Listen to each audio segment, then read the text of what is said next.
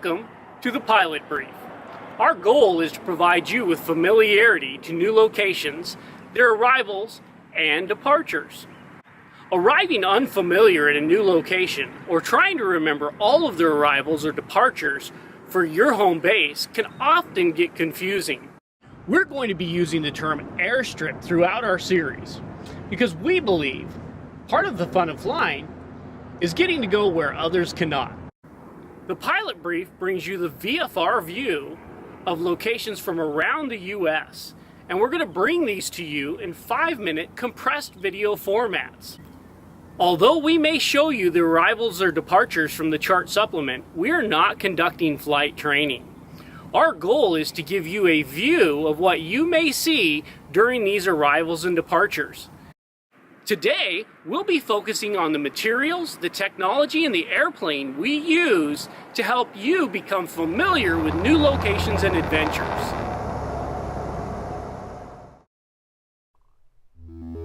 Intelligent pilot applications like Garmin Pilot and ForeFlight have really become key in providing greater information in less time to pilots.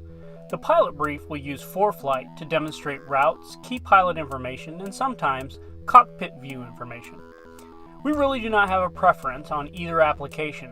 What we can say is the age-old arguments from longtime pilots that my paper never runs out of battery or how do you know the information is correct are not going to hold water much longer.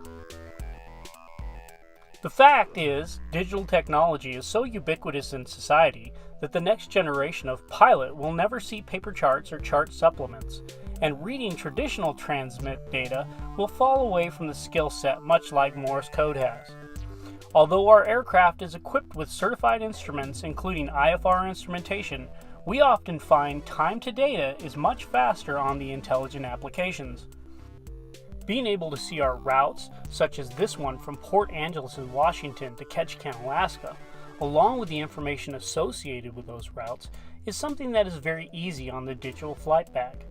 Some features are not even available in a visual form with non-glass cockpits, such as the profile view in ForeFlight. Being able to instantly see the route long winds expected, and then instantly zoom into our destination and see updated information that is available with ADS-BN, is a convenience not enabled by traditional methods.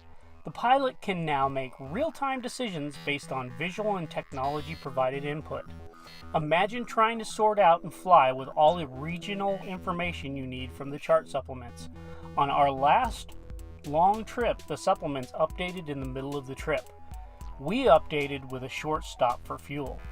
Add to that the integration of checklists, logbooks, weights and balances, calculations, and the ability to review your track logs in 3D. We do plan to cover ADS-B and AHARS in a later episode.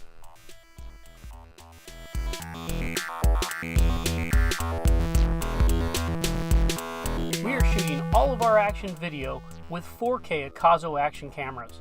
We tested the GoPro versus the Akazo 4K cameras and found that for an internet-based series, the 8x cost difference could not be justified. Our interviews are filmed using a Sony a6300 mirrorless camera.